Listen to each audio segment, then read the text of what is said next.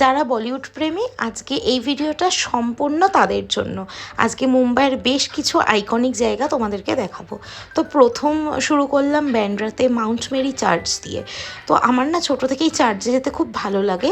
ওখানে যেই শান্তি নীরবতাটা আমার ভীষণ পছন্দের।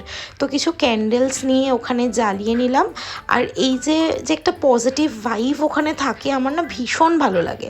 তো তারপরে মাউন্ট মেরি চার্চ থেকে জাস্ট বেরিয়ে দেখলাম কারোর প্রিয়জনের ডেথ অ্যানিভার্সারি ছিল। তো সেখানে সুন্দর করে গোলাপ দিয়ে ডেকোরেশন করে ওনারা প্রে করবেন বা এরকম কিছু একটা হবে, হয়তো আমার খুব একটা জানা নেই বা আমি কাউকে জিজ্ঞাসাও করতে পারিনি। ওখানে সবাই যে যার মতন কাজে ব্যস্ত ছিলেন। তো যাই হোক, এবার যাওয়া যাক নেক্সট লোকেশনটা এখন কোথায় যাচ্ছি সেটা বলবো না, তোমরাই দেখো কোথায় যাচ্ছি। এই যে এই জায়গাটা দেখছো, এটা কিন্তু মুম্বাইয়ের একদম হাইওয়ে, ঠিক আছে? তাও দেখো কি সরু ন্যারো জায়গাটা আর কত মানুষের ভিড়। কেউ কি গেস করতে পারছো কোথায় যাচ্ছি? হ্যাঁ, একদম। আমি ছোটোবেলা থেকে এই জায়গাটা অলওয়েজ টিভিতে দেখেছি। তো সেই জায়গাটাতেই আজকে এলাম, একদম মান্নাতের সামনে। তো সেদিনকে যখন গেলাম শুনতে পারলাম সিকিউরিটি গার্ডের থেকে যে মান্নাত আন্ডার রেনোভেশন রয়েছে 3 বছরের জন্য। তো নেক্সট ইয়ার এখন শাহরুখ খান অন্য কোনো বাড়িতে শিফট করে গেছেন ওনার ফ্যামিলি নিয়ে, এখন এটা টোটালি আন্ডার কনস্ট্রাকশন। তবুও মানুষের ভিড় দেখো। তো অ্যাজ ইউজুয়াল আমরাও একটু দাঁড়িয়ে ফটো তুলে নিলাম। তো তারপরে ওখান থেকে এবার চলে যাব হচ্ছে আমাদের নেক্সট লোকেশনে। যাওয়ার আগে আরেকবার দেখিয়ে দিলাম তোমাদের ভালো করে, যেখান থেকে শাহরুখ খান এসে তার জন্মদিনে হাত নাড়ায় বা কোনো ফেস্টিভ্যালে আসে। মান্নাতের অপোজিটে রয়েছে ব্যান্ড স্ট্যান্ড। তো দূর থেকে ভিউটা এত সুন্দর লাগছে, তো আমি ওটাই রোহানকে বলছি, তার মানে এখানে যাদের বাড়ি তাদের ওপর তলাগুলো থেকে কি অসম্ভব সুন্দর ভিউ মানে ওনারা পান। তো আমরাও এগিয়ে গেলাম। এগিয়ে গিয়ে যেটা সবার ফার্স্টে দেখলাম সেটা হচ্ছে আমরাঙ্গা কি কেউ হয়তো কামরাঙ্গা বলে, আমি এই ফলটাকে আমরাঙ্গা বলি। তো ওটা নিয়ে নিলাম, 1 প্লেট 50 টাকা নিল। তো সামনে গিয়ে দেখলাম যেটা দূর থেকে দেখছিলাম সেটা খুব একটা নেই, মানে কেমন একটা সিচুয়েশন জায়গাটার। তো ওখান থেকে আমরা বেরিয়ে গেলাম আমাদের 3 নম্বর গন্তব্যের দিকে। তো সোজা ওই মানে যে রাস্তাটা ব্যান্ড্রার সোজা ধরে আমরা যাচ্ছি হচ্ছে মেরিন ড্রাইভ, মানে আমাদের 3 নম্বর লোকেশন। তো ওয়ার্লি সি লিঙ্ক দিয়ে আর কি আমরা গেলাম। আর যেতে যেতে যেটা দেখতে পেলাম সেটা হচ্ছে, আমি অনেকদিন ধরেই রোহানকে বলছি মুম্বাইতে আছি, কখন আম্বানির বাড়ি দেখিনি। তো ড্রাইভার দাদা বলছে যে ওই যে দূরে ট্রেট্রা প্যাকটা দেখতে পাচ্ছ, মানে ওই বিল্ডিংটা, ওটা হচ্ছে আমরা ট্রেট্রা প্যাক নাম দিয়েছি। ঠিক তার পাশে, মানে ওই দেখো ট্রেট্রা প্যাকের পাশে ওটা হচ্ছে আমাদের আম্বানি কাকুর বাড়ি।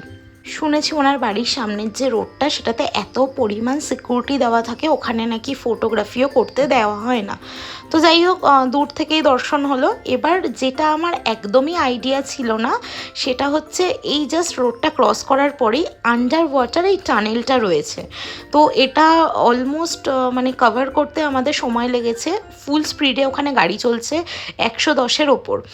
তো মোটামুটি 10 থেকে 15 মিনিট লাগলো। সানসেটের সময় এই মেরিন লাইন্স বা মেরিন ড্রাইভ যেটাই বলে থাকো না কেন, এত সুন্দর লাগে দেখতে। তো সানসেটটা হয়ে গেছে, আর সন্ধ্যাবেলায় যখন সানসেটের পরে মেরিন লাইন্সে বসে পুরো মুম্বাইয়ের একটা দিক দেখা যায়, এত অপরূপ সুন্দর লাগে জায়গাটা, মানে ওটা আর কি আমি বলে বোঝাতে পারবো না। চলো এবার তাহলে যাই এর পরের লোকেশন। 26/11 তো আমাদের সবারই মনে আছে, টেররিস্টরা তাজ অ্যাটাক করার আগে ফার্স্ট অ্যাটাক করেছিল এই লিওপোর্ড ক্যাফে অ্যান্ড বারটাতে। এখানে প্রচুর ফরেনার, আমাদের ইন্ডিয়ান লোক প্রচুর মারা গেছিলো। আর এই ক্যাফেটাতে এখন মানে এটা একটা ট্যুরিস্ট স্পট হয়ে গেছে, কারণ কি এই ক্যাফেটা না দুতলা।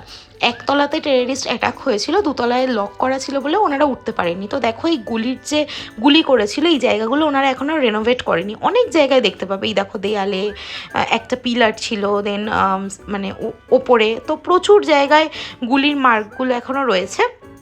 তো আমরা চুজ করেছিলাম 2nd ফ্লোরটা, বিকজ ওটা এসি। তো চলো তোমাদের ক্যাফেটা ঘুরে তো দেখাই। আর তার সাথে এই যে ক্যাফেটার একটা মানে ব্যাপার, ক্যাফেটার ভেতরে ঢুকে মানে একটা অনবদ্য ফিলিং। জাস্ট মনে হচ্ছে আমি পুরোনো দিনের কোনো একটা ক্যাফেতে, মানে ক্যাফে বার এরম একটা জায়গায় চলে এসেছি। মানে পুরনো আর নতুনের মেলবন্ধনটাকে এনারা খুব সুন্দরভাবে বজায় রেখেছে।